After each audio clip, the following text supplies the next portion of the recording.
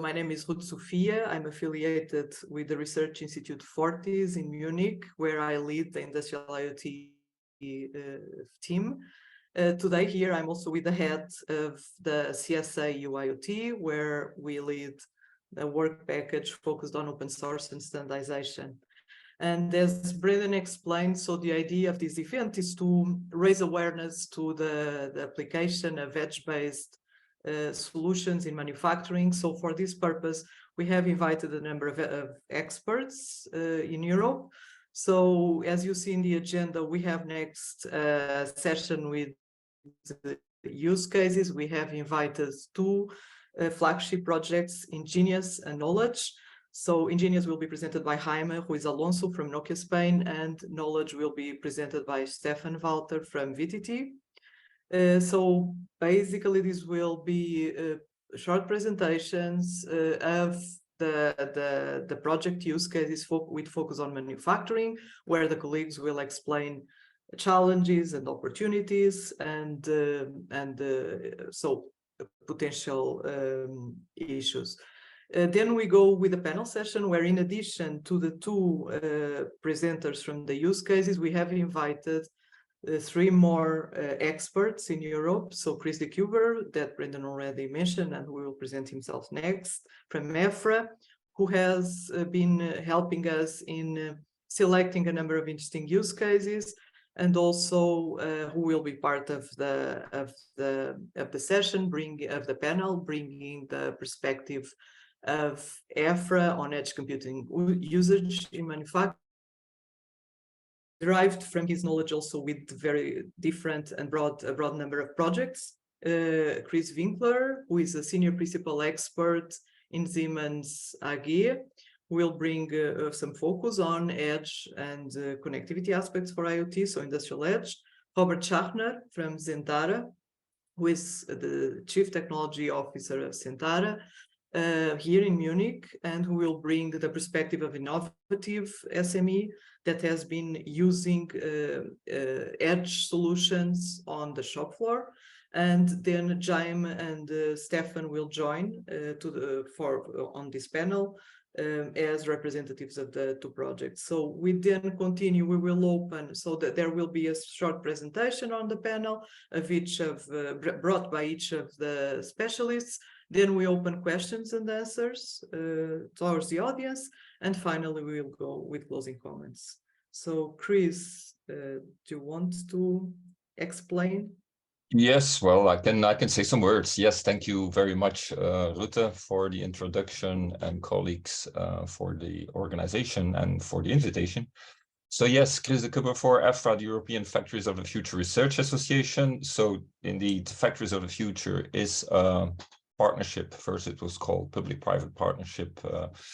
Now it's briefly partnership with a new name, Made in Europe, but we can see it really as an evolution of a partnership that started in 2010. So since 2010, in this program, research and innovation has been happening with the focus on manufacturing. Of course, it's a broad partnership. And well, I don't have to explain that digitalization is a core enabler in that partnership. And when the colleagues, Ruth, Martin, got in touch with me about, the edge cloud perspective, straight away I was thinking about one project that actually started in 2016, and the project is called Far Edge. So Far Edge, I mean, the name says it all, coordinated by Engineering, the Italian company. And, it happened to be that during that period, 2016-17, when I was explaining Factories of the Future at events and what it is, I took in many cases as one of the examples the Far Edge project, because it was a nice way of explaining, that things are happening in a distributed way, and intelligence is, happening or deployed in a distributed way, and that has some advantages, but also it might make things complicated. So really the trade-off of really doing things on the edge and making devices on the factory floor smart, even to the point of making their own decisions. And that brings us in the whole topic of agility and flexibility in the factory floor. But of course, there needs to be a kind of control. There needs to be a kind of there needs to be security. So there's a lot of challenges, and not to say the least, the skills aspect. So I'm happy with this event to be able to dig into that. I also had the pleasure to be in contact with a few of the key people in the projects that are happening in the program, in order to just grasp, what are the main insights, perspectives of these people, and we'll be happy to convey this also during the session. So thanks again, and looking forward to the sessions and the presentations.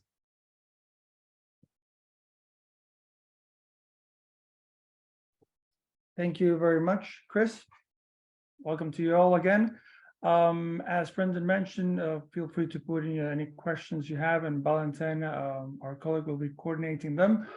Just to, I would like to ask you, if possible, Valentin will introduce in the chat a small questionnaire just to get an idea of the different areas and industries our audience is representing today. We'll share the results well after. So I'll first introduce myself. So my name is Martin Robles. I'm from BlueSpecs. We're a partner of the EU-IoT CSA that has been mentioned, coordinates the NGIoT initiative.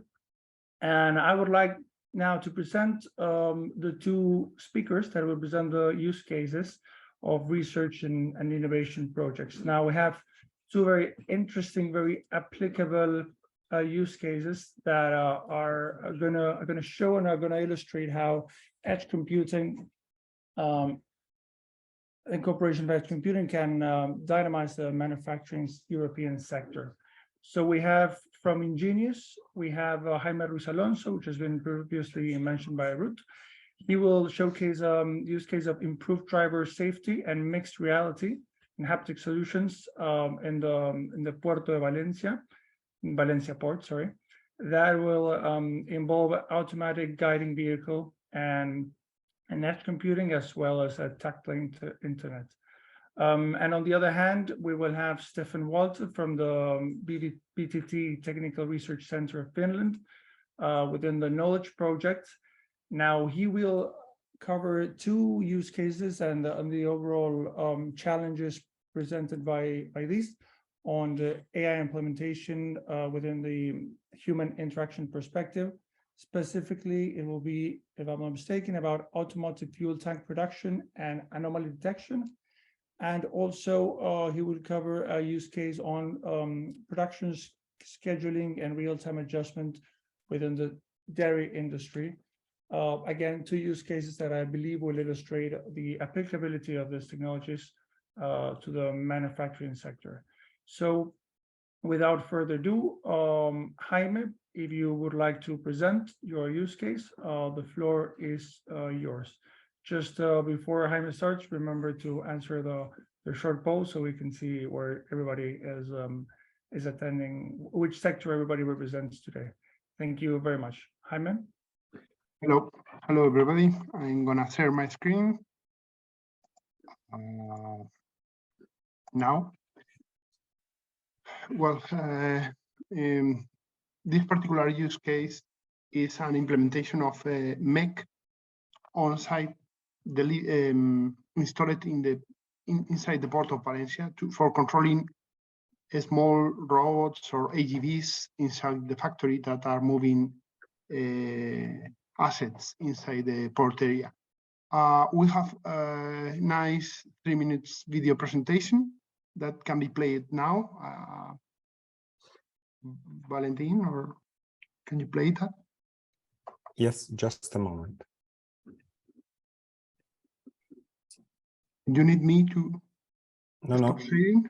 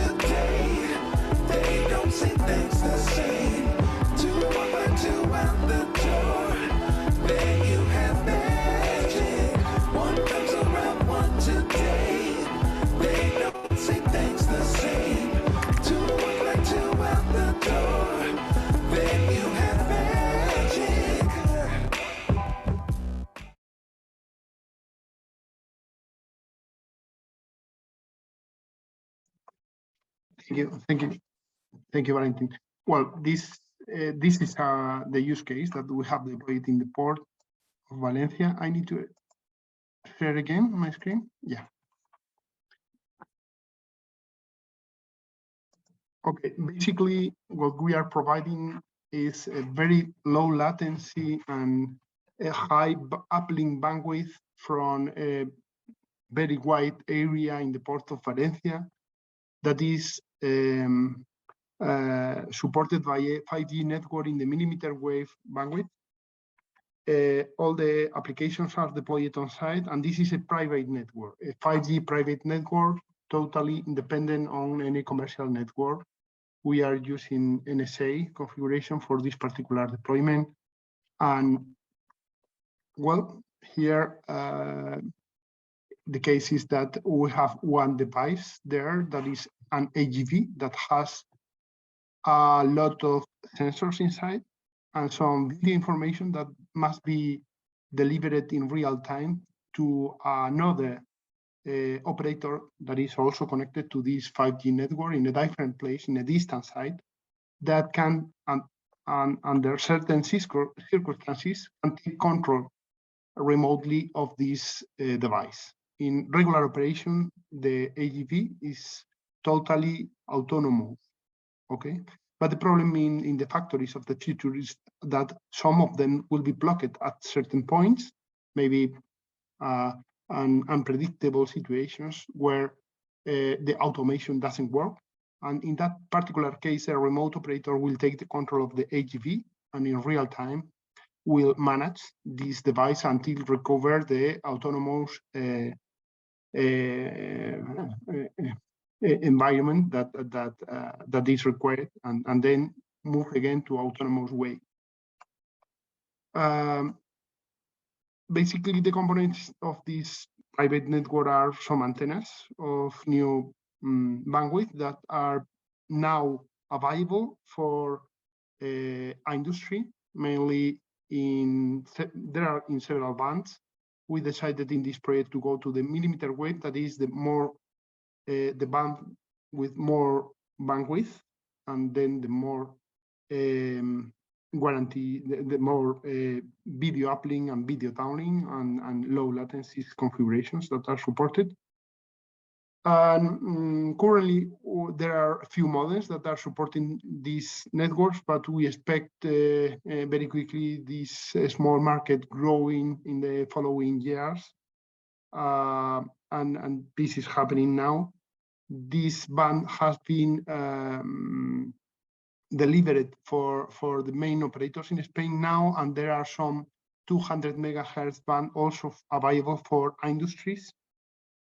And we expect some deployments with telco operators, other deployments, maybe private deployments managed or controlled directly by the industry. But at the end, basically, what we need is just to cover a certain place that, in this case, AGV is moved in this area, 420 meters long, from long distance from the antenna that is located here in the left side of this picture. And well, here the question is that we need to guarantee a certain bandwidth for the uplink all the time. And this can be a problem or bottleneck if we have a lot of other devices moving there. So we need to guarantee certain KPIs. And this is the challenge of this new network, how to guarantee certain performance for some devices, some particular devices that can be prioritized in opposite to others. And in this case, we decided to do that with, well, in this test, we used a new Asus smartphone as modem by practical reasons. The low weight and the availability of these new bands that currently there are a few modems available in this band, in this millimeter wave band. And then we tested with different traffic, background traffic, and then we configured some of these AGVs with low latency or prioritized configuration and others not. What happened basically, well, this is a simulation. First, we need to fine tune the network and all the configuration of that in our labs, okay? And we made our simulation in our labs that are different than in the real field, where the distance to the antennas and everything changed inside the lab and in a real environment. But in this case, we decided to introduce different upload traffic and then to check which is the currently delay for each of these modems with different level of uplink bandwidth. In this case, we used 2 carriers of 100 megahertz. There are 10 available, or even more, depending on the operator and the location. But what we see is that as you increase the bandwidth, the latency for the non-prioritized devices increase, and the bandwidth for these devices also is more limited. So in what we expect is that in real factory configuration, some devices may have more priority. In this case, this is configured in this particular case, we control the prioritization of the different AGVs with different 5 QIs configuration for each device. That this is the difference between one device and the other. And the effect, well, and we make some particular test in this case with the one AGV that is, well, well, in this case, we are downloading an average of 600 megabits per second on this network. Okay, this is here, the core is controlling the maximum traffic. This is a very small core that cannot support more than that, the one that we deployed in the port. But the radio has up to 2 gigabits per second bandwidth. So the radio is fine, but the core is limited. And then what we see is that there is no difference between all the devices. All have the same latency. This is, in our particular use case, very relevant because we are controlling a remote vehicle. But in the other case, in the uplink, when we are ingesting a lot of traffic in the uplink, what happens is that the radio in this particular configuration is congested and is limiting the traffic to all the devices. Is in this case where the prioritization of the devices takes more relevance, and the one that is prioritized in a specific radio congestion is where when it is more prioritized. And then the round trip latency is always less than 600 milliseconds, while the others are bigger than 3 milliseconds. That implies more retransmissions, more packet loss, more. But at the end, for the factories, there are 2 kinds of KPIs that are relevant for our clients. We have application KPIs. That means how well is the application running on this network, and then we have the network KPIs. That is how the network is, how good is the network. Okay, so both KPIs are very relevant for, of course, for our clients. The only relevant is the application KPIs, and usually for the operators is the network. But in the new deployments, both KPIs will be monitored and used for guaranteeing the quality of service. In this case, these are the KPIs for the application. For this particular application, where we can see, well, is relevant the speed of the vehicle, is relevant the round trip time to control the cockpit, is relevant the movement speed of the wheel, is relevant the number of frames that we are able to deliver per second. Okay, that's all from my side. Hope you enjoy, and I don't know if you have any question. Thank you very much, Jaime. That is very interesting, and also quite interesting to see how the conditions of a port, whereas to, for example, factory floor, would ease in the, let's say, 5G coverage. I would assume that probably on a matter of size, it will be easy to apply. But anyway, we have a question from the audience. So if you don't mind, I could share into you.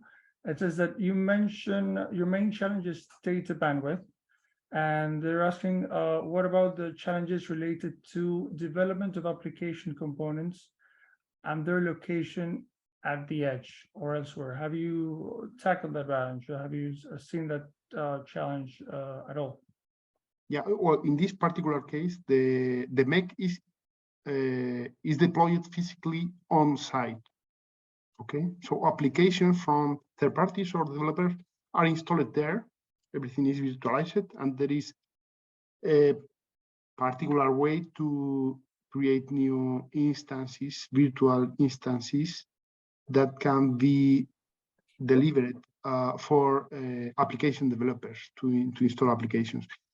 In the new generation of projects, there are a lot of work related about how to make that easier for the application developers or application integrators. Okay, and then the idea is just to deliver easy APIs to access network APIs, application KPIs, or even control of their own devices. Okay, they can change the profile of any of their AGVs, for instance, in real time with an API. Okay, the application developers do not need to know a lot of things about the network. They just need to develop their own application, and they have certain functions that can make that can use to take more control or prioritize some of their own devices. Perfect. Well, thank you very much, Jaime. Now, before moving to Stefan's use case, I just wanted to share my screen and show you essentially what the poll has been showing about the representation of today's audience. So we have quite a strong or recurrent academia background that I guess is reflective of the forefront discussions that we're having here. We also have digital innovation hubs, consulting, digital industry supplier, solar cells and modules, and IoT. So just to give a kind of broad scope of who is listening and participating today. Now, as I've mentioned, Stefan will present the outcomes of 2 use cases. So Stefan, if you want, the floor is yours for you to start showing your slides and explain the applicability of the 2 use cases you're going to present today. Okay, thank you. Let me just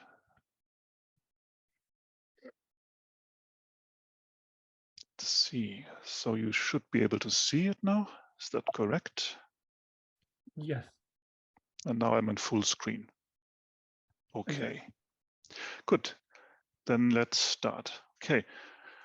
Yeah, so thank you very much for inviting me to this event. I'm Stefan Walter from VTT in Finland, and I'm the coordinator of the Knowledge Project. Just make this picture a bit smaller. Yeah, so basically, I'm presenting the Knowledge Project,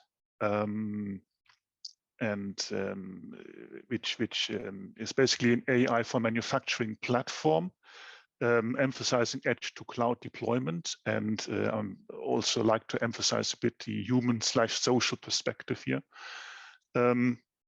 Just a few words on the project itself.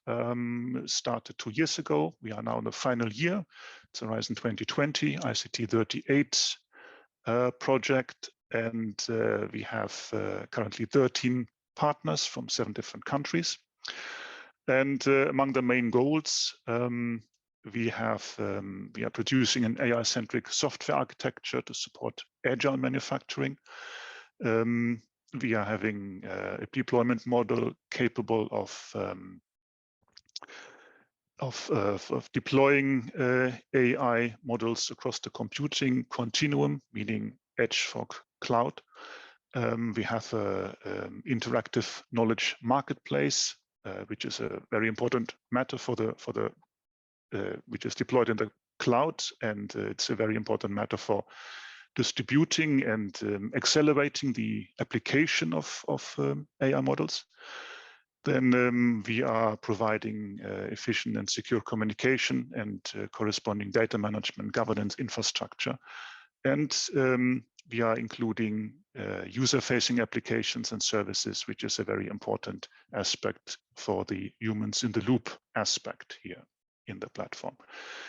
So basically, the rationale of the project, there is obviously, we have many different challenges, whether they are market challenges, political challenges, and in combination with the available technologies.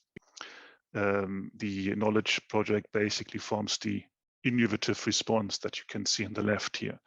And the idea is that companies must address their transition, their digital transition, and digital transition towards more sustainable operations by reinventing their products, processes, and services from a variety of perspectives. So the idea is that we, as a platform, realize a meaningful combination of smart and connected technologies, including sensors, AI, data analytics, and IoT technology.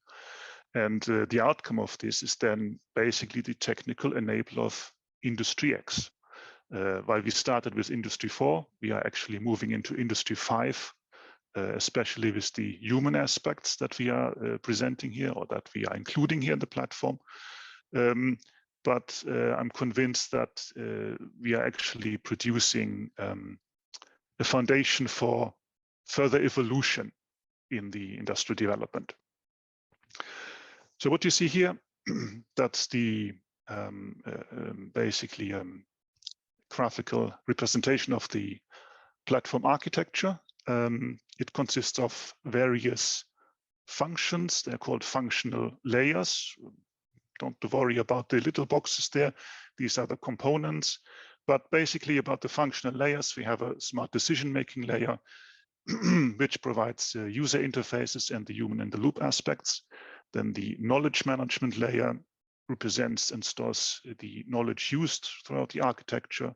AI and data analytics covers the entire AI lifecycle. Data integration and management is about data collection, quality assurance, and basically the interoperability and capability of incorporating data from various sources.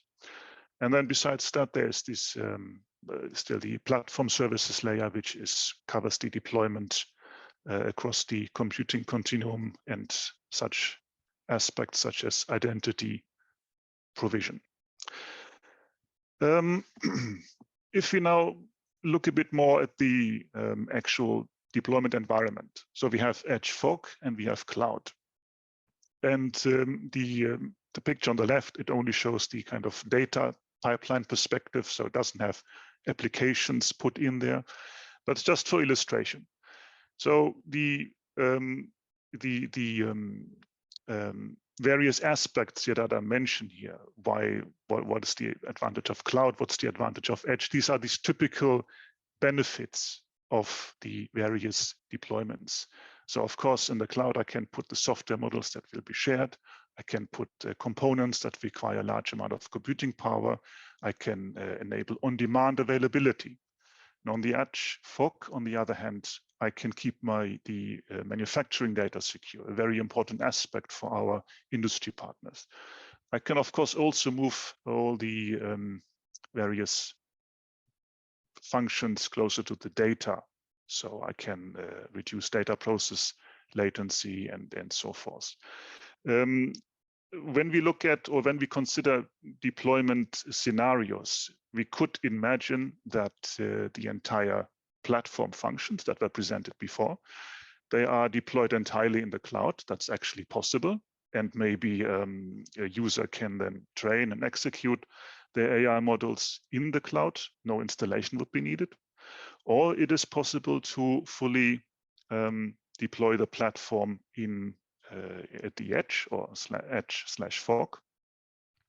So in that case, the user can connect their data source to the platform and basically run everything on their premise. But to make use overall on the real benefits of the platform, a combination is actually advisable. So we have different functions that run in the cloud and that are beneficial to run in the cloud. And maybe we can have a closer look here. So it was introduced already in the beginning. We have these use cases, even though I like to emphasize that the main point of the knowledge project is really the platform. That's the actual product.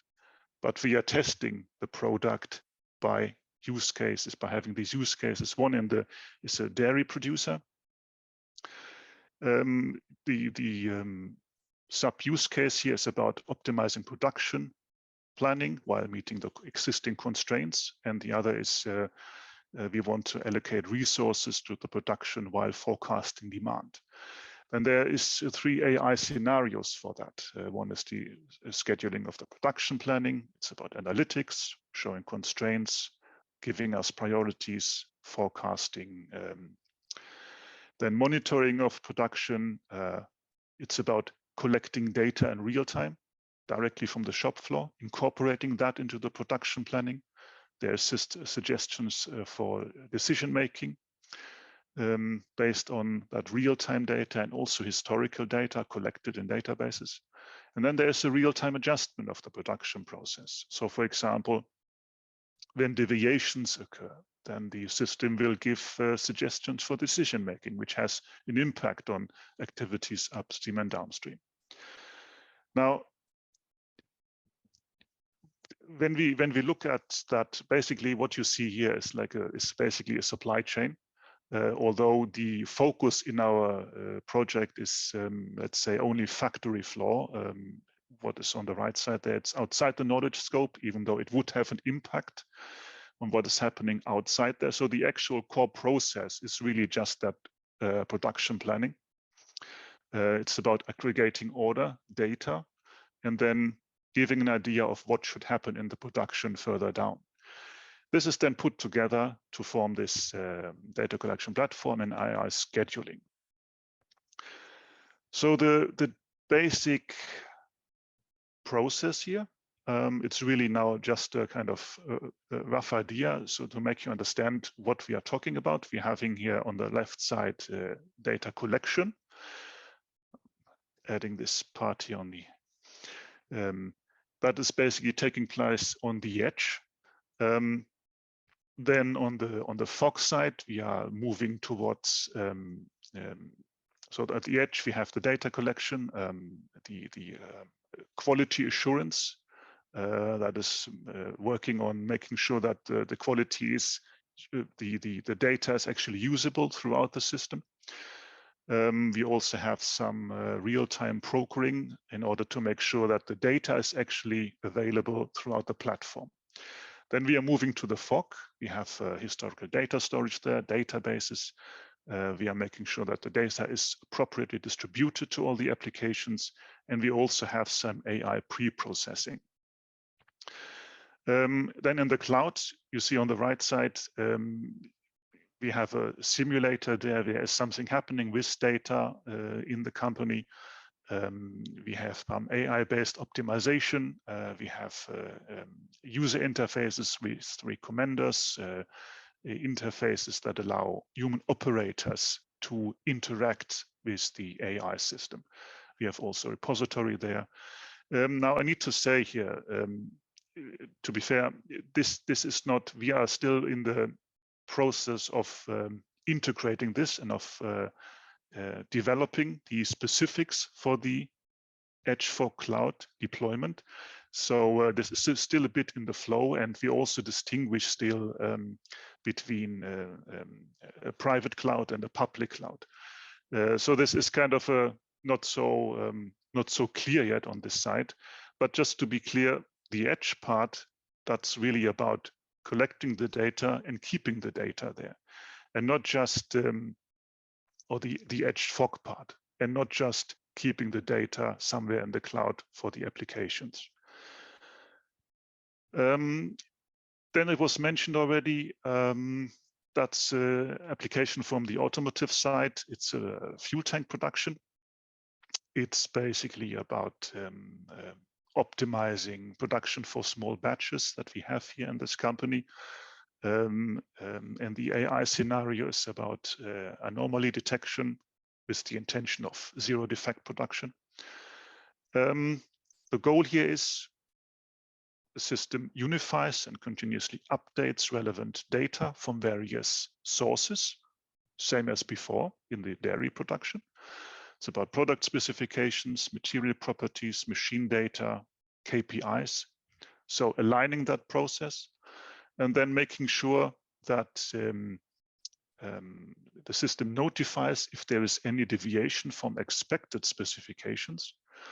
And the reason why I'm taking this in is there is a domain expert, human operator. The domain expert who knows about that process, who has the experience, can take an active role and maybe request attention based on their perspective, maybe accept the notification as an actual deviation, or will simply reject the system proposal in case it's not actually a real deviation. So the AI model learns from this kind of, from the domain expert, from the acceptance or the rejection. And then solutions like that, they are then documented and maybe are available then for future reference in solving issues. So the actual deployment is largely the same as here, just that on the right side, we have a different kind of data output based on the anomaly detection and not in the on the basis of production scheduling as here. Then a couple of challenges that we have come across. Now these are largely AI challenges, but they are still relevant here. Of course, we have this issue with integration with legacy systems. It's particularly about question of where does the right data come from? Data quality, of course, integrity of that. It is frequently an issue. Then real-time data processing and decision-making on that matter requires an infrastructure which companies do not necessarily have. We have chosen, or we have industry partners which actually do not really have the experience in dealing with AI applications. So of course, that's why they are involved in the project. But basically, it's like starting from scratch in that case. And that is, of course, an issue, this required infrastructure. Maybe more a general challenge, scaling and making sure that AI solutions are adopted across various levels and in industry sectors. Okay, this is maybe a general level, not so much about the industry partners. But the big issue is the explainability and the trust issue. And that's why I mark the trust, because I think that many of these aspects that are presented here and challenges, they are actually addressed by edge cloud infrastructure, and particularly the edge functionality, because we said before in the case that the data collection takes place there, and the data should be stored at the edge fog level. And this is something that can actually significantly increase trust into technologies. And that's why we should advance these kind of technologies here, edge technologies. Then still a couple of things on the human aspects, if there is time. I think that the edge cloud structure that we have here, it can advance human centrism. We have particularly this interaction possibilities for human domain experts. And this is a element in the knowledge architecture, which really is part of the operational system requirements that we have developed. Then, yeah, it basically allows an ingesting of domain experience and an improvement of the AI model. And this takes, of course, also place at the edge in a way. And even though some of the components might be deployed in the cloud, such as the user interface, the humans are nevertheless at the edge, and they feed into the models with their experience. Now, this also allows some kind of new database business models. We were thinking of one possibility is that companies can exchange their AI models, which they use at the edge, through the cloud marketplace, and consume them once they are improved. So basically that they form a kind of prosumer model, in the sense that they create a collaborative digital manufacturing ecosystem through that. And then finally, human learning, very important aspect actually, developing a human workforce. We talk so much about lack of skilled workforce in some place, but this kind of technology, once it's expanding throughout into different settings and industries, it can actually also give agency to humans for active participation and empowerment in the workplace, in their particular work process. There may be some outlook still, that is the final slide, and maybe also a bit concerned with thinking about industrial development in the future.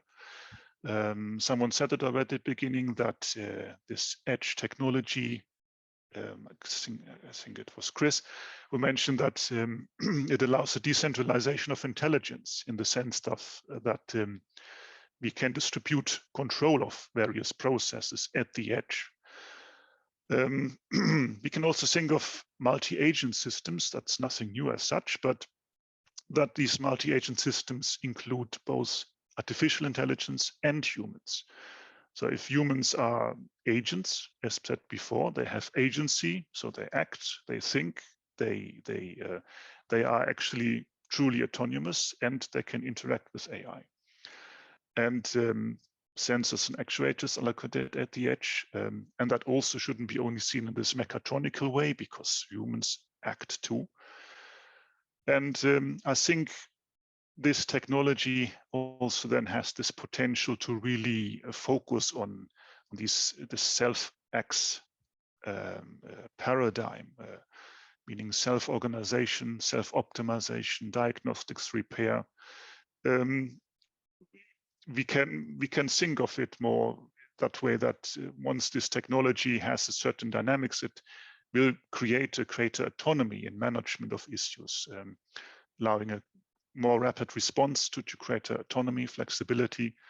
And I think it may also redefine operational management, adaptation and resilience aspects in organizations and across organizational boundaries, such as value chains. Yes, this is the end of my presentation so far. Thank you very much, Stefan.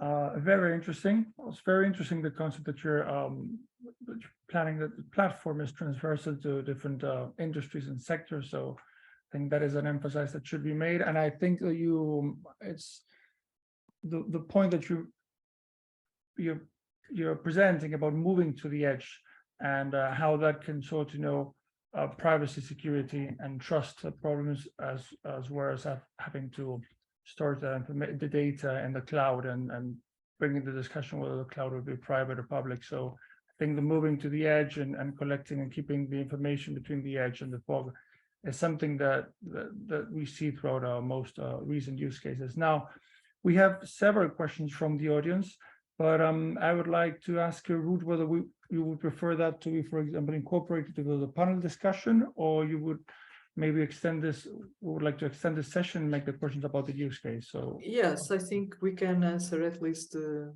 questions, Martin. Okay. Perfect. Yeah. So Stefan, regarding the use case, there was a more general question of how do you decide which services go into edge, cloud, and fog?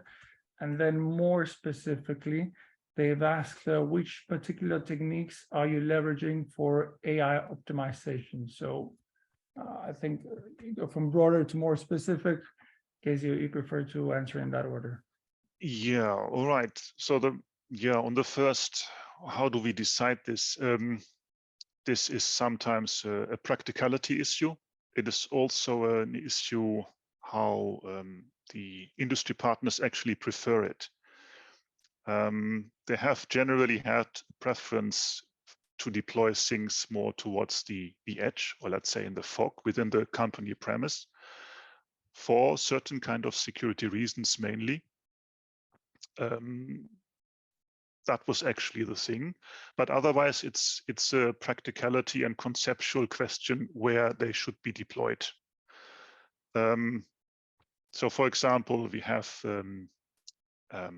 let's say repository questions where the repository where the AI models would be stored, or the marketplace where they could be exchanged with others, or the user interface. So these are features that should be generally available, therefore they are on the cloud. But that's just a kind of general way of explaining it. The other thing, what was that again on the AI optimization? I think that's actually, could you repeat the question? I'm not sure if I can answer it. It was which particular technique are you leveraging for AI optimization? Okay, this that's something I cannot actually answer. I don't have that background for that. Sorry. No, it might Sorry. be very specific. Don't worry at all. So thank you very much. We do have some other questions on greenfield manufacturing, but I guess that we can incorporate to the panel discussion, as I believe probably most panelists will also have an opinion on that. So I'll just I'm gonna share my screen to show where we are at, and we can move then to the panel discussion that Ruth will coordinate. Thank you very much. Okay, so thank you. So as Martin explained, there are a few questions that we noted down, but we are going to take them to the question and answer session of the panel. So as explained, so now on the panel, what we would like to bring to you is, so we have, as said, 3 additional presentations from the experts that we have invited, in addition to the experts that have already presented the use cases, short presentations, and then we would open discussion. So the purpose of the panel is to also, so we gave you a more practical perspective on 2 different use cases, so that it is understandable also what kind of use cases are being worked on in Europe in terms of research and development projects. And the idea is now to debate a little bit more on the challenges, on the opportunities. So we already heard about some challenges, needs to integrate human centricity, trustworthiness, etc. So for the order of the panel, what I would propose would be that we would, so I'm just going to quickly again remind the audience, okay, so whom we have Chris de Kuber from EFRA, who brings the perspective of EFRA that has been, so as key entity that works with multiple projects, manufacturing projects, and therefore brings a perspective on edge computing application in manufacturing derived from this interaction. We have Chris Winkler, principal senior expert in Siemens, so corporate technology, the research part, who brings experience and a view on edge and connectivity, so the application to industrial IoT, use cases and challenges. We have Robert Schachner from Centara GmbH, so an innovative SME that is working with products on the edge part for the shop floor. And then we also have Jaime Alonso from Nokia, who just presented iNGENIOUS, and here represents the perspective from iNGENIOUS, and Stefan Walter, so that presents knowledge, the project knowledge. So the order of the presentation, so we would go by this order. So Chris de Kuber, then Chris Winkler, Robert Schachner, and then Jaime and Stefan don't bring additional presentations, of course. And then we would open the questions and answers. So feel free during while the presentations are going on to bring your questions. What we're going to do is to use the questions and answers. So we're going to do the presentation sequentially, and then we open the questions. Okay, so Chris. Right, thank you, Rutte. If all is well, I'm sharing my screen now. and you see my PowerPoint. So yes, well, thanks again. Well, some indications, first of all, of where I'm coming from. It has been said before. So Factories of the Future partnership, the Made in Europe partnership going on now, where EFRA is the official partner to the European Commission and the EU for the implementation of the partnership. So part of the job of the association is to put together the strategic research and innovation agendas, which include priorities. And for the Made in Europe partnership, we have this kind of framework that, of course, leads to having an impact on excellence, on being competitive, being green, being human-centric, being digitalized, and we have to organize this. And on the right-hand side, we show that there's a multitude of technologies to to deploy and make a difference. And clearly, digitalization is part of it. Distributed controller architectures have been mentioned, is part of it. Artificial intelligence, data analytics is part of it. The point is, indeed, how do you implement this, and how do you keep some data close to the factory, and where is the data space paradigm coming in as the other extreme, basically. So this is our ecosystem, basically. And as mentioned before, there's been some projects around addressing Cloud Edge. It's not that in the partnership we have like dedicated call topics focusing on Cloud Edge. Mostly it's impact oriented, like, for instance, reconfigurability, agility, and the earlier example that I put forward of Far Edge, which also is featured on this screen, which is actually just a search on the EFRA Innovation Portal on Cloud Edge. The Far Edge perspective was indeed to introduce smartness and, agent-based decision-making on the factory floor. And I think one of the interesting points here is that, the approaches that we are used to see in a cloud perspective, perhaps, or in a very multi-stakeholder perspective, have been implemented there in the local perspective. And one of the examples is blockchain, because we see blockchain more as, many stakeholders somehow interacting in a trusted way. Well, you can also look at the factory as the environment where you implemented these technologies. And it's also something I heard somehow in the presentation of Stefan Walter. You have a cloud, but you can have a local cloud. So what's the difference then? Well, trust could be the difference, because you secure it better. So these are all aspects that we see in a multitude of projects, not in one cluster of projects from a dedicated call topic, but it's something we see evolving. And just to conclude, indeed, there are some indications that I've collected actually from some of the stakeholders in this project, and I clearly want also to credit these colleagues like Angelo Marguglio from engineering, John Soldatos, Intrasoft, Nicolas Nicolakis from LMS, Sergio Cosmoroli, Politecnico di Milano, sorry about that.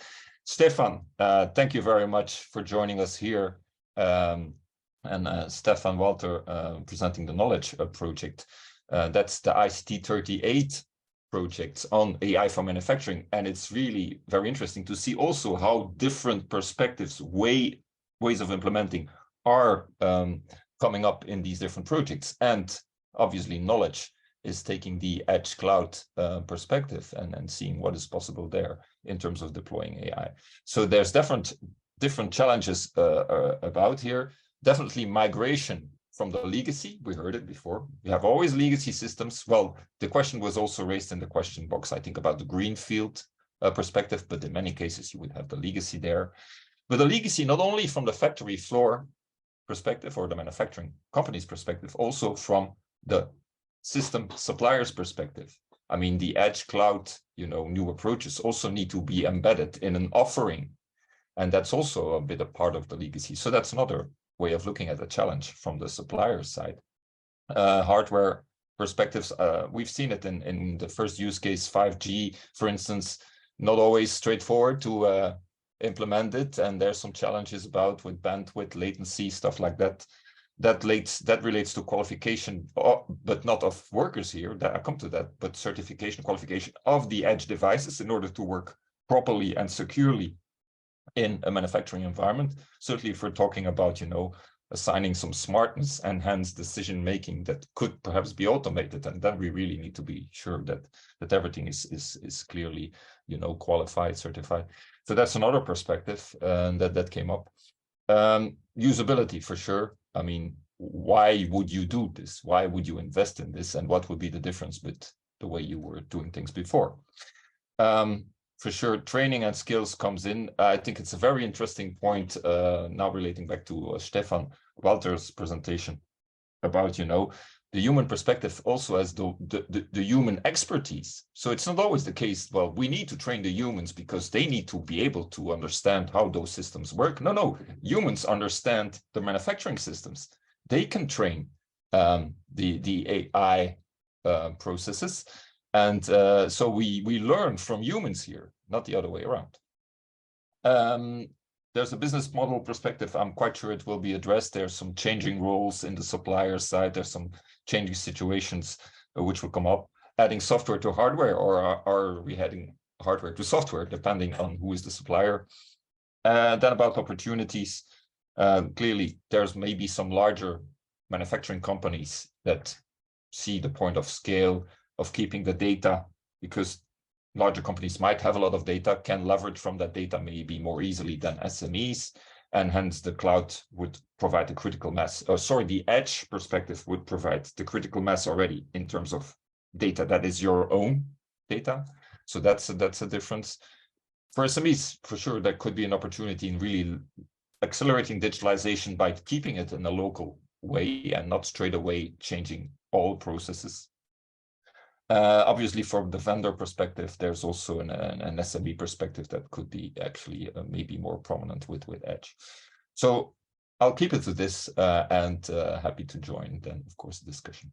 Thanks.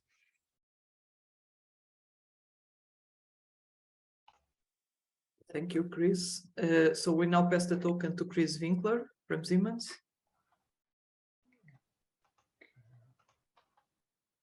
Chris, do you, okay.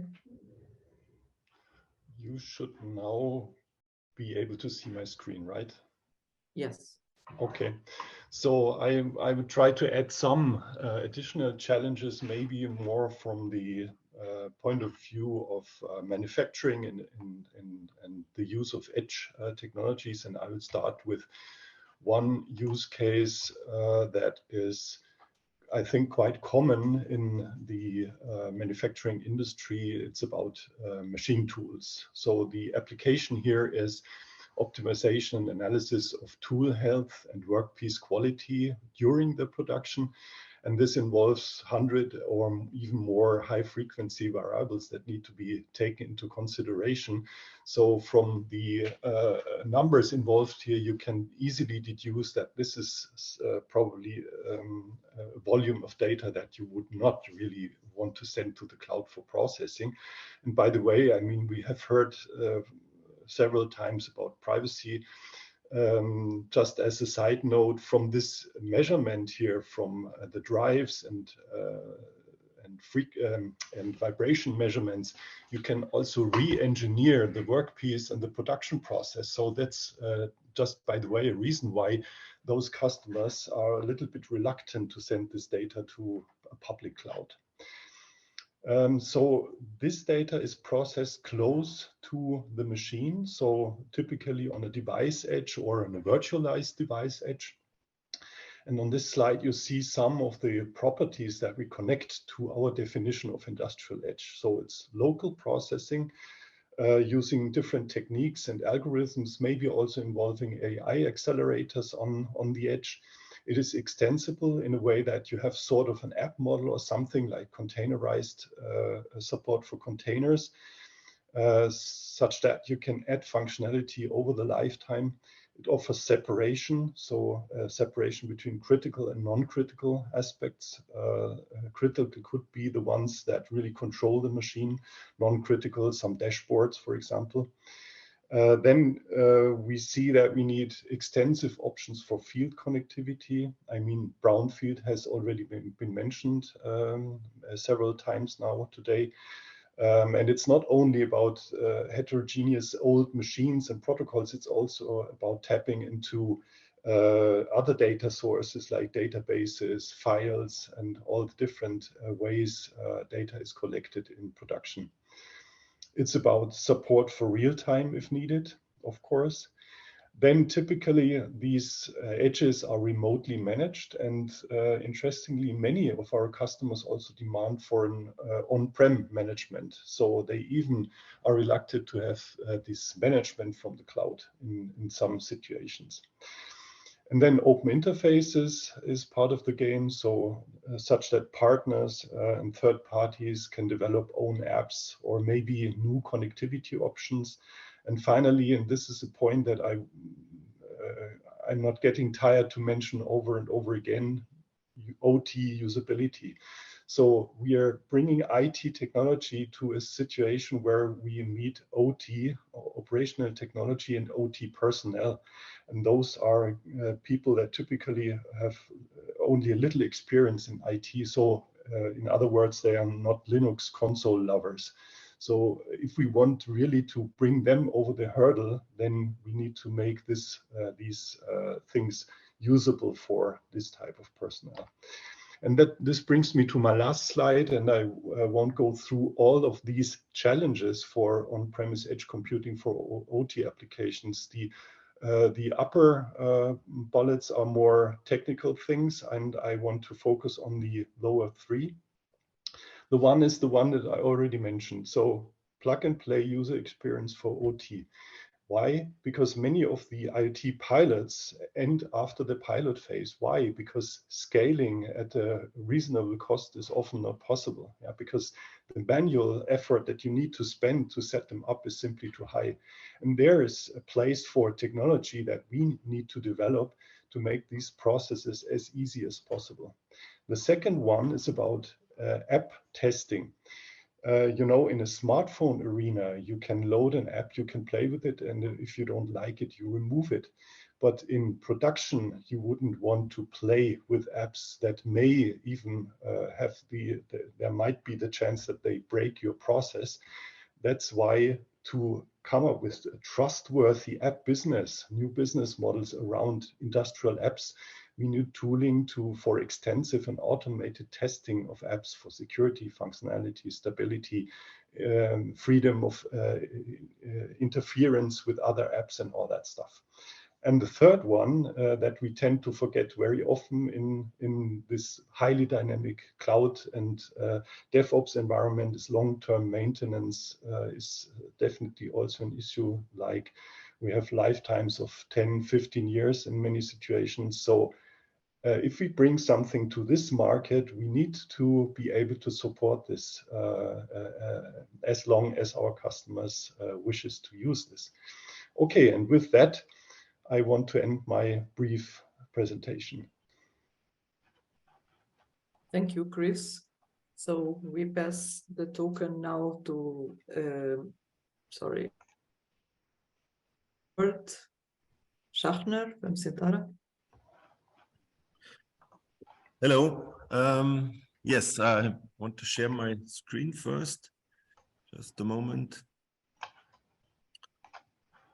Okay. So I hope everything is clear so far. You can understand me and you could see the screen. Okay, only a few words about us, Embedded Ocean, and our technology is called Xentara.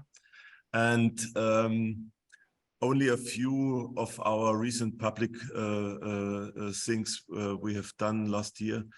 And I would say, as we are a very young company, but we say always we have more than 100 years competence in this stuff. We are quite successful in this area. And I think it's a good thing to continue now to the Siemens presentation, because I have, I would say, a little bit different view on this stuff. I want to go, just a moment. Of course, everything ends in the manufacturing, but I think as important as to focus on manufacturing is to start already with the machine vendor. Because when a machine vendor delivers, I would say, an IoT ready machine, yeah, then it becomes much easier for production to integrate such machines. And such machines bring a lot of advantages, both for the production and for the machine vendor. And this is the first thing I want to show, that this becomes more and more a new way where machine vendor gets new market segments where they earn more money for their machines. And I think this is important to emphasize. So, and the story is that normally a machine vendor sells the machine and they have not contact to the customer or to the production. But when you have an IoT ready machine, of course you get more money because you have smart sensors inside, you have access, you have AI already on board, which makes it much easier for the production to use this already. And it's very effective, of course, because the production, we talk always about brownfield, yeah, but such a machine is not a brownfield anymore. Yeah, it's open and free to integrate in a heterogeneous cloud architecture, which is very specific in a certain environment. And another point is that the machine vendor wants to have data and wants to learn about their machines running in a production. When they deliver such machines, they get in contact with the production, they integrate together with the people on the production side, they integrate the technologies and they learn about this. Yeah? And in my next slide, and of course, this can be focused, or we focus that very much on the edge side. Sorry. I'm at the moment at TUM and there's a change at the moment. Okay. So now I want to show you what is possible, or what are we doing in this area to use the edge as a platform for integrating in a manufacturing environment. And I want to start here with an already existing OT environment. So there are PLCs from different vendors installed. And of course, it makes absolutely sense to integrate the PLCs with its OT controls into an edge-based platform. And here we see that it is very important to be as close to the OT, because we see AI, for example, and other IT functions very important in the future to work close together with the OT area. Yeah? And of course, on the other hand, you have additional sensors which does not come out of OT, smart sensors which are integrated in such a platform. The next step, and we have, for example, climate systems where the customer sells more than 20,000 systems a year. Here we need a much more price-effective strategy. And this does mean that the OT will be part of the edge. So here we melt OT and IT in one platform together. Yeah? And it's always a question, where is are the arguments long-time maintenance, high-risk production, and these are all arguments you have to discuss.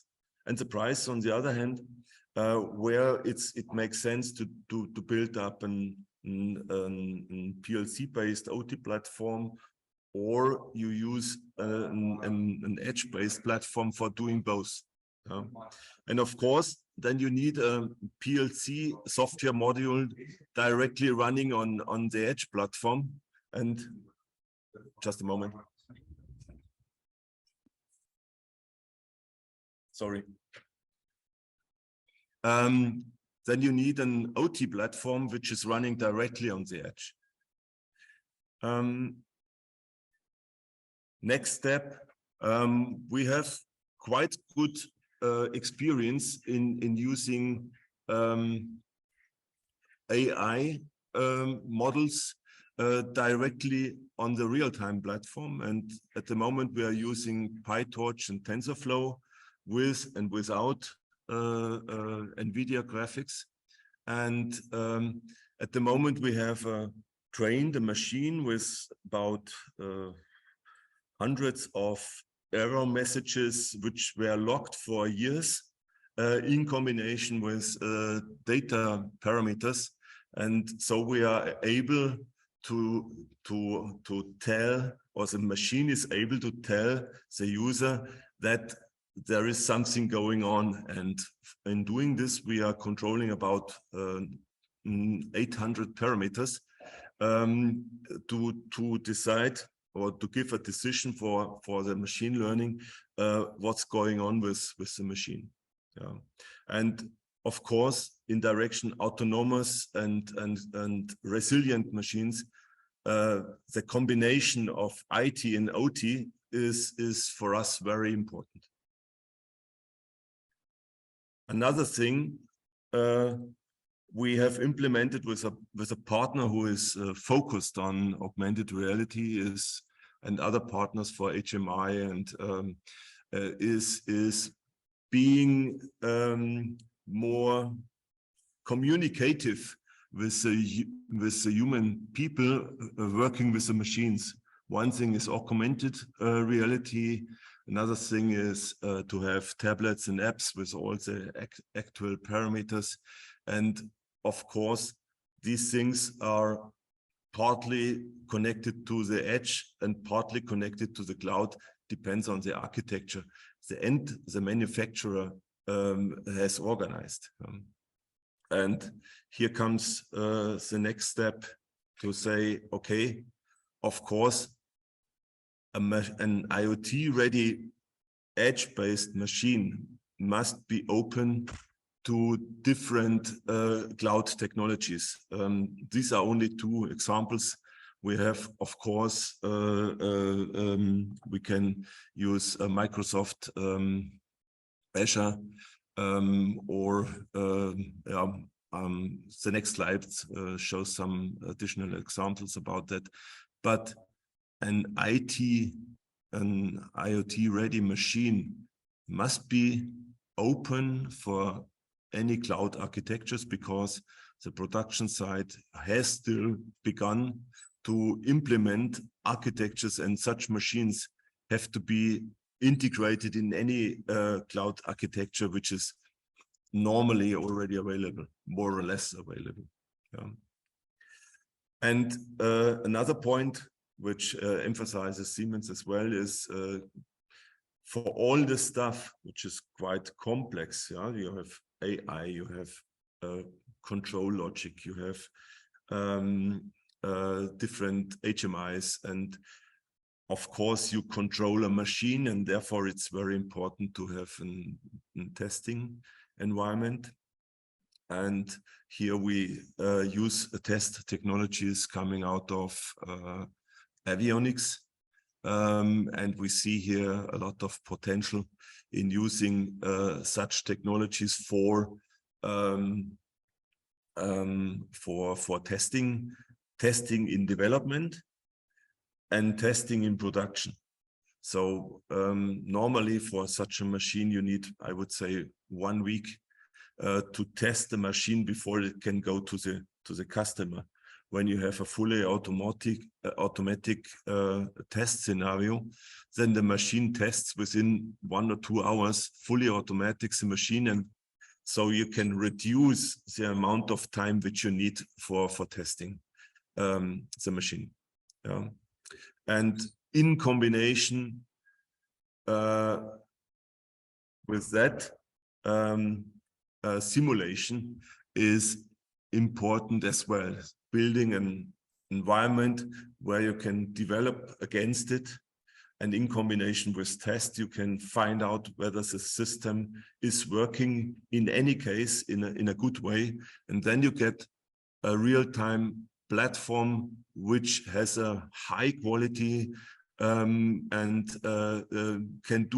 is much more resilient to changes, because you are able, in combination with test and simulation, to test this stuff which is not possible to test when you are in a commissioning phase directly on a production line. So there are a lot of other arguments, but I think I have not much time for that. And so last but not least, only a short overview about the actual interfaces which we have at the moment in our marketplace. And everybody who wants to share their know-how with us are invited to work with us, to bring in their own knowledge and know-how to expand these real-time platform in any direction. So thank you very much. And yeah, when there are questions, would be nice. Thank you, Robert. So thank you. Sessions answer. If possible, if the internet and connectivity allows, I would ask then the panelists to also open the video. Sometimes we may have to shut down, at least from my side, I see some hiccups. So please place your questions on the chat, and so that we can take them. So I would start by doing a quick overview, okay, on the presentations. And so this is quite interesting because we have here, so first we had to use the approaches to what we call Edge Cloud Continuum. So one more focused, so ingenious problems that we see with connectivity, and knowledge more focused on the interaction and intelligence, and pushing that intelligence towards the edge. And then we have on the panel also, so through presentations, also quite different, showing completely different perspectives in terms of applications on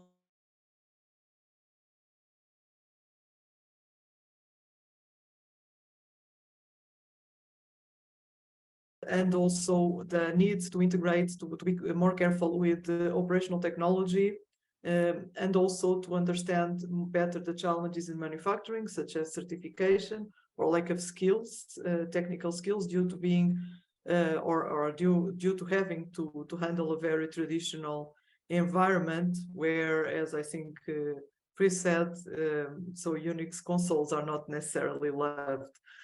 So I would start with a question, so I don't see yet any questions.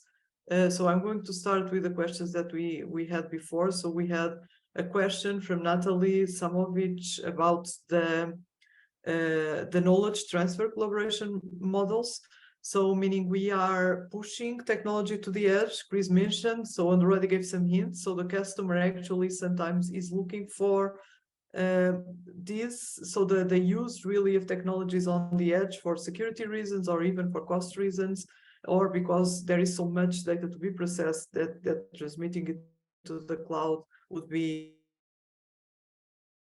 So I would then raise this question to everyone, but perhaps start on the projects. So what, do you have a knowledge transfer collaboration model?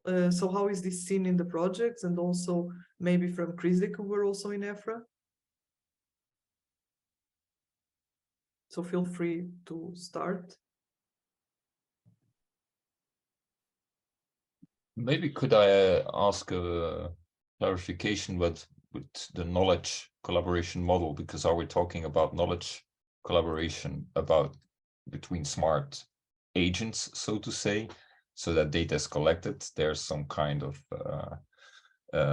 information derived from the data, and somehow, as explained in the use cases, particularly from Stefan, you go to the point of predicting what's going to happen, you're going to the point of decision making or suggesting decisions, or you have automated things happening.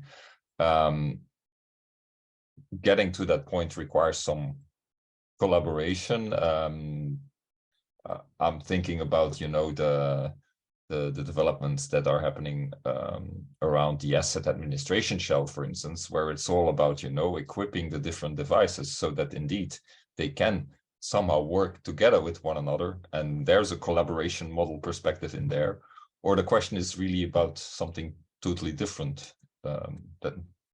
That's maybe the clarification I'm looking at. But if it's the former, I mean, really about making devices work together. The question was about greenfield manufacturing projects. Okay, how can they help in terms of leveraging the outcome of the projects that we heard, okay, or similar projects, RIAs, in knowledge transfer? Natalie, if you want to clarify, feel free to do so in the chat. So it's rather about, you know, sharing the experience from the projects with other interested parties. Mm-hmm. Okay. Exactly. So we heard also from Francis Prince Winkler that there is often an issue because we create these pilots, right? And then in terms of scalability or applicability, this sort of dies because there is no possibility to do that. So I believe the question here relates with the possibility to do, so what happens next to do transfer? Are there models for this? Actually, I think that part of the story why many of these pilots die is maybe because of this knowledge transfer issue, yes, but also because business value is often not so clear. So people tend to run into these IoT pilots because they are nice and hypey, but nobody really calculated the business value. And once you're talking about scale or scaling up and deploying these types of solutions to maybe more sites, then all of a sudden the economic part comes in. So that's why I think part of this knowledge transfer, and I don't know whether we can do this, but part of this knowledge transfer is not only about technology, and there's a big lot to do, but also about calculating business value out of these pilots, maybe even before you start them. But bottom line is knowledge transfer in that sense would involve not only technology knowledge transfer, but also some sort of business, so to say, knowledge transfer. And in particular, and that's what we experience in particular with small, medium enterprises. I mean, they lack often the IT skills, the IT resources. So for them, it's even more complicated than for large enterprises. And the same is true also for this business value aspect. So, and since the SMEs are so important as a backbone of our economy, I think we should spend some focus also on these SMEs and manufacturing domain. Maybe if I may complement, I referred to it before, I believe in the general challenges, is that there's the legacy in terms of what is happening on the factory floor, but also the legacy in the business from the knowledge system suppliers side and the ICT system suppliers side. And probably one of the gaps between the greenfield projects and, you know, really doing it in an industrial setting, but industrial also means in a commercial setting, is the integration of all these new developments in the offering of the system suppliers. And That's been identified as as a challenge, because you would expect, of course, that the system suppliers are also involved in the greenfield projects, but that doesn't mean necessarily that straight away after such a greenfield test before invest situation is happening, that straight away there's a whole marketing system rolled out. I think it's you, Chris, that mentioned also the long-term maintenance perspective. So all these systems that need to be rolling out, they're not straight away there yet. And I think that's part of the challenge. I think another point is the complexity. When you have an OT system, it's, I would say, for a long period of time, and it's a closed system. So you have a development area which is well known, well educated, and it makes it a little bit easier to make a transfer. In edge-based systems, we combine a lot of new things together. And one of the biggest issues we have, how becomes it possible that all this technology can be handled by only a technician?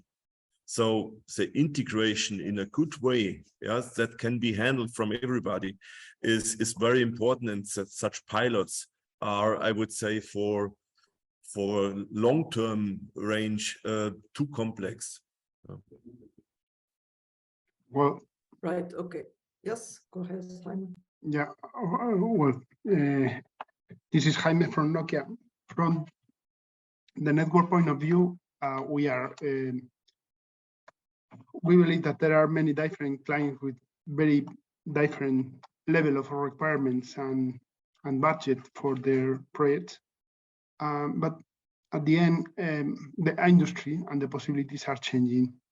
So new devices, new automation of tasks, mainly related to automations, requires new network capabilities and new ways of delivering and speeding up the deployment.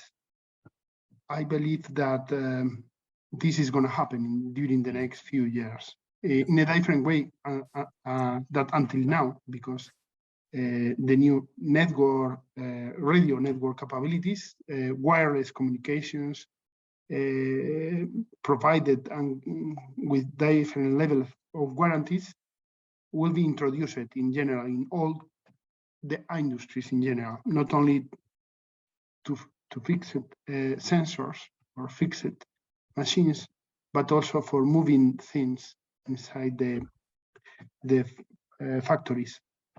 And that will affect everybody. That probably requires new ways of interactions, but at the end, everybody will try to make easier the interaction with other tools and things, because this is the only way. Mm-hmm. For instance, in Nokia, what we are planning to do is just, well, 5G networks sometimes may become very, very complex to configure and to manage and to low-level parameterize and all that kind. So at the end, we understand that this complexity is by far very complex for the application, expert development applications of the different sectors. And probably we need to provide a very simple API for developments just to deliver what they require from the network. We are working on a new configuration strategy where any kind of interface like PLCs or field buses or smart sensors with different protocols can be handled with only one single platform, and open for adaptations from other companies, and this with one platform. And I think this will be very important to come to a point where all the complex configuration will be made easier, that you start configuration without knowing what you have to do there, because the configuration interface delivers everything you need. And this is the basic aspect for this. Okay, thank you. So I'm going to jump to another question so that we have some time also to divert. We start to have some questions from the audience. So our first question still relates with the price efficiency aspects and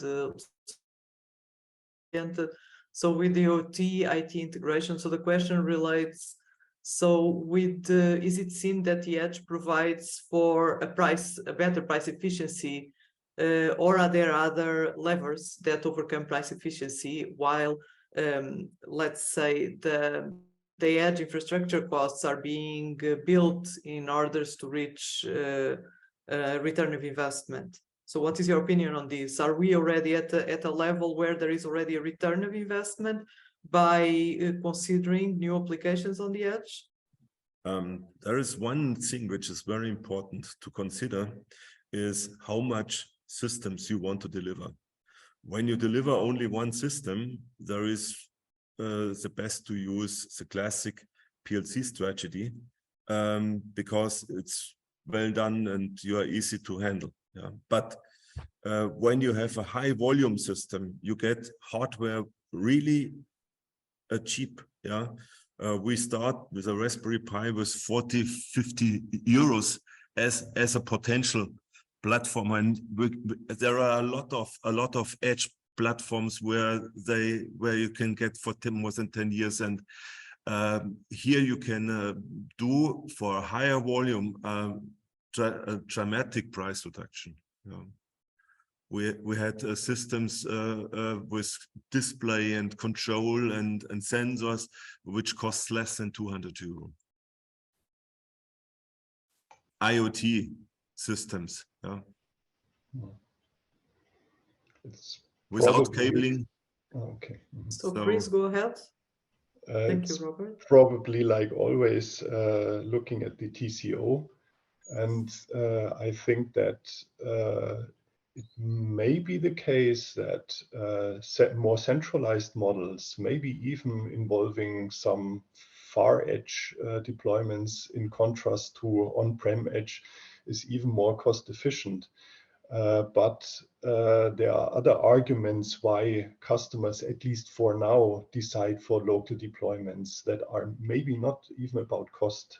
It's more about having the things in their own hands, being able to disconnect it when they feel that there's something strange going on. So those are maybe, in those situations, currently at least, more the arguments to decide for this on-prem deployment.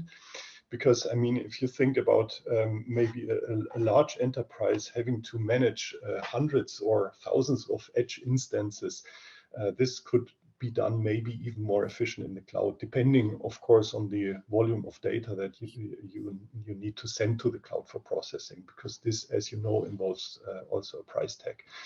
So I think this answer is not easy to be given, which model is more price efficient. It's maybe like the question, what is more sustainable? Having the processing power distributed closely to the data sources, which involves many computers that are maybe even not full loaded or concentrated into well-managed data centers that can be fed by renewable energy. So it's probably always the same trade-off. And I think currently the same thing is true also for this price question. Mm-hmm. But you are right. It makes no sense to do everything in the cloud. We always need an instance and only for reading and writing data. But you need an instance on an edge, on site, on premise. This is necessary. Yeah. Okay, thank you. Any other comments on this? I think really, we saw many people nodding that the decision to go for edge is very much influenced by the fact of controlling what is happening, and certainly with everything that's going about security and the events that we see around us is a driver. And then the point is, what is the cost, and is it worth it in order to be secure and secure your operations? I think that's a very big thing now. And apart from that, what strikes me a bit is, this trend towards the data spaces and the point of, there's more data. Well, sometimes there's not really a lot of data, because in manufacturing, one of the challenges is, in order, for instance, to have zero defect manufacturing, you monitor a machine that runs well, and it runs well, and then suddenly something happens and you have data that is totally different. But how was your AI system trained for that? And then the point is, well, if there's many things going wrong across many factories and you share that information, you could train an algorithm, and then you have to share, and then the data space thing comes in. How do you create that data space? But then it comes in, okay, but why should I share? And then security, and then we could go back to the edge saying, but then you don't have the data. And then Stefan says, well, maybe there's some new business aspects being raised by having some trusted stakeholders at least sharing the data of, that's how I understood it, of what's happening in their machines, maybe of the same sort, and this way creating a trusted club, so to say, of companies that share the information. So it goes in many directions, and I think it's very case dependent. You cannot really have a one size fit all, like with everything. But I find it an interesting dilemma. The whole developments around data spaces, and also the TEFs around it, and to really test before invest and all that. And the point of saying, well, okay, let's start small. And how do you relate one to the other? So clearly, I in the comments I received, there's really relevance also to do a hybrid approach. You shouldn't do one or the other. But then the point is what to do on one side and what to keep there and get value out of it, or it's totally not usable for AI, for instance, because you don't have enough data in the first place. I've made one experience with on-premise data and shared data with machine vendor and all this stuff. There is a problem when the machine vendor only delivers a machine, because then the production side says, I don't know what they're doing with the data. But as soon as they are working together in solving the production problems together with an IoT-ready machine, there is no problem anymore to share the data. In my experience, it's a real good working together between vendor and production side when it is a machine where you help the production side to integrate it in the manufacturing, and then it's not an issue to get the data.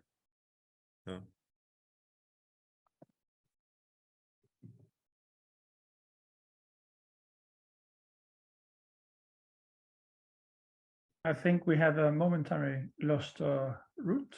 No, I'm here. Sorry, but sometimes I lose connectivity, so so meaning I have to shut down the video, otherwise we'll just hear hiccups. The internet on the 21st century. Okay, Robert, thank you. So I would jump to another question. We still have a couple of minutes. This relates a little bit with Robert was explaining, in other words, skills. So meaning delivery of a machine, and then the workers in the shop floor may not have control of the data, and also may not even be, so the machine is delivered because it's easier. So there is a lack of technical skills also.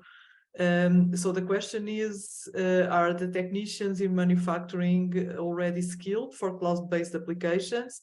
And does the edge imply a need for an urgent upskilling or even reskilling of shop floor workers, or do you think it will be a more moderate effort, so a more continuous professional development effort? In our strategy, we are quite open to interface to the workers, and we are working with a company doing augmented reality, so it's possible for us to show the values, or it's human training. There is an error which shows where you have to press a button when you don't know how to handle with the machine. So on the edge, there are a lot of possibilities to make it easier for a user to work with such a machine, because we have the whole IT world for showing data, for presenting data, and I would say this is a big advantage. Is that the question? Yes. So what other thoughts? Well, I would say, you know, because the question was a little bit whether Edge would bring some differences there. I believe at least for the shop floor worker, it shouldn't be even be visible whether this service is provided by an Edge or by something else. So the user interaction between a shop floor worker and the IT infrastructure, whatever it is in the cloud edge continuum, should be designed such that this doesn't play a role. What I think where you need some sort of upskilling is those OT guys who are responsible for setting up and operating the machines. So maybe not the shop floor worker, but integrators within the company, those who configure the systems, those who take care that the process finally runs smoothly. And for those, I think it would be important to get some upskilling. And actually, we also thought about how we can do this, maybe together also with educational institutes, to somehow provide trainings for edge and cloud technology to these types of people. Yeah, because I think this is part of the game. If you really want to have a successful market uptake, in particular, since this market is maybe huge, but is very fragmented. So it's not easy to address this market with if you don't have scalable solutions that can be put here and there. And part of this, so to say, sales story need to be, from my perspective, some offerings for upskilling. I want to continue here. I see we get more and more two roles in developing such machines. One of the data scientist who has to configure a cloud technology, the security stuff, and all the systems. And we have the PLC programmer who has to control the machine. And I see more and more two different roles because the machine, the guy who knows the machine is focused on that, and all the interface stuff is quite different, and it makes sense to build up two roles in development machines.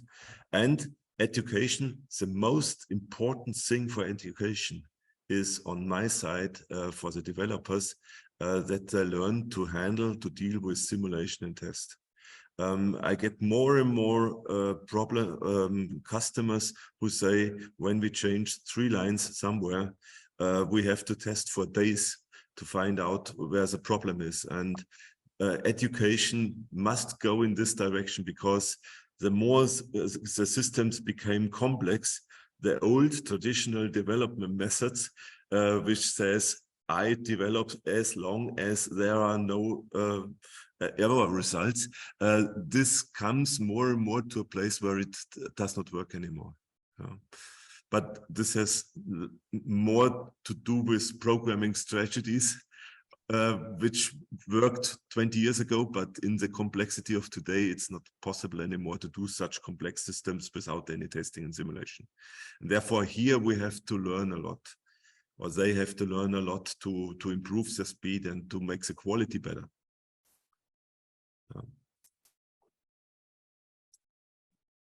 Maybe yes, I can add something there. Yeah. I think when we were talking recently with a few projects about, you know, the human aspects and the skills aspect, it's true that, as Chris Winkler said, that normally you would aim at having a system that, you know, is, how you say that, I'm now losing the word, that, you know, behaves in a user-friendly way. So the user knows what he or she wants to do, and the system guides them through if there's any, decision to be made, and all the complexity is hidden, so to say. That's the ideal system, where even the system could even adapt to the knowledge of the user by just sensing, what kind of reaction the user is having on the system. Nevertheless, also in those conversations, you would hear that, there's this, IT manager role or IT/OT manager role that is becoming more key, perhaps, in making sure that, this complexity is managed in a general way and not pushed towards the operator. And then the question raises, what's the role / business of the system integrators in this matter? Mm-hmm. Is it their job to do that, or is it something that should be managed on premises, also taking into account knowing really how the factory works, etc., etc. So it's not only talking about the operators, it's really talking about the whole skills and processes stack within a company. Okay, thank you. So I don't see any more questions, and we are almost closing also the session. So we have a lot of questions that we could discuss. Perhaps we also need, so from the panel, there are a few things. So of course, there's the issue with OT, there's the skills part. There, it was also mentioned, maybe we need, so in the use of the applications for manufacturing, maybe we need something like an aptoid for manufacturing. So let's say a global marketplace or an app store for manufacturing. That would be interesting. We also discussed, so Chris de Cuber also mentioned the need to address the data spaces from the manufacturing. We didn't have time to discuss that, but with the remark that the data is quite different, not big data, but small data, and not necessarily frequently sent. So this is also an interesting perspective for the creation of the data spaces that is being a major discussion in Europe. So I thank you all, and I would pass the token to Brendan Rowan, who will do the closing of this workshop. Thank you very much, everyone, for such an interesting discussion. I think today there's some very key takeaways that we'd love to bring out in the future of this. And I think there's some very specific questions that need to be answered within a manufacturing context related to the edge that we've touched on today, around the price, around the control, and also the skills element, but also looking at how it is that technically we're able to implement these areas, and the necessity for the collaboration, such as what we're talking about here today, across all the different projects, and to bring that forward. And just say special thanks to Ruth and Martin from EU-IoT, who've been pulling this event together, and also to Chris from EFRA, who's helped to bring this to the community where it needs to be, and also then to our panelists, of course, and to our use case presenters, so Stefan, Jaime, and also Robert as well. I'm just going to finish today with just a small presentation on what is the, no, it's okay, Sam, I'll share my own screen. So what is the EU Cloud Edge IoT community, and just a bit of reference so you all are aware of where this is going. So this is a viewpoint of where we're looking at, and a lot of the conversation we spoke about here today really is about how do we orchestrate and how do we coordinate across what is now very much a converged environment and very diverse in that area. So the view that is held now is that we're actually building away from what was cloud, edge, IoT, and now into a much more mixed environment that's going to require a lot more interactions in that area, what that we call the cloud edge IoT continuum. And to that end, the Commission has brought together really what was before the NGIoT initiative, which looked at, human device interfaces, building out the device needs there, that federated distributed intelligence and architecture behind it, building up what is the edge processing and also the data management security. And also from the cloud side, you're looking at how they can look at heterogeneous mixed resources and also ensuring that there's a sufficient reliability across mixed environments and orchestration, and also the optimization for those different types of environments as well. And that all comes together within what is considered the cloud edge IoT. So all of you are here today, you know, as in you are part of this community, you're coming towards into it. And really, it's kind of bringing together at the moment 3 different areas into the cluster. So we have the MetaOS projects, which are building upon what we talked about today and being able to virtualize those devices and ensure effective orchestration across those different environments. And also, you know, addressing some of those conversations that were asked today about, you know, interfaces and how can application developers decide where it goes. As Jaime, I think it was mentioned, you don't have to worry about it. We deal with that. The system itself is intelligent enough to do it that way. And that's what the cognitive computing framework is looking to achieve. And then also decentralized intelligence environments and tools that we built there, and really bringing us from what is a fundamental level to much more interface and tools that can be used by the community in the area as well. And of course, there's areas from everyone here to get involved. So from the NGIoT side, this will evolve into the CEI. So you will all become part of this. There are 6 different task forces that are open to be discussion. So within communication strategic liaisons, and also where they're working specifically on defining what is different, what is a common reference architecture for what is the continuum. How can we make sure that everything's developed open source? How can we build on the opportunities that exist in the market and bring that closer and build communications there as well?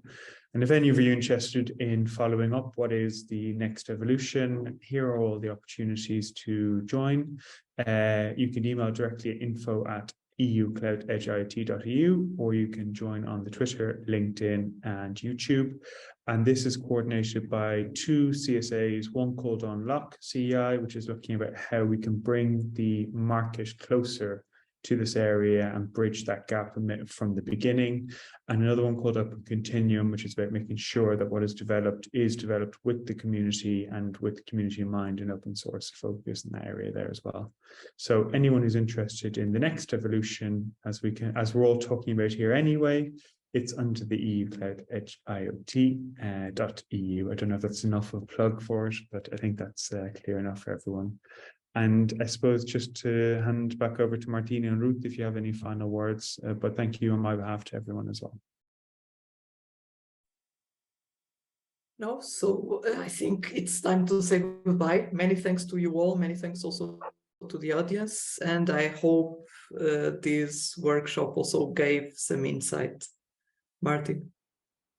Absolutely. I just want to thank all, and indeed there were many insights within specific applications, and definitely are relevant for the discussion. So thank you very much for your participation and your different sectors' perspective on it.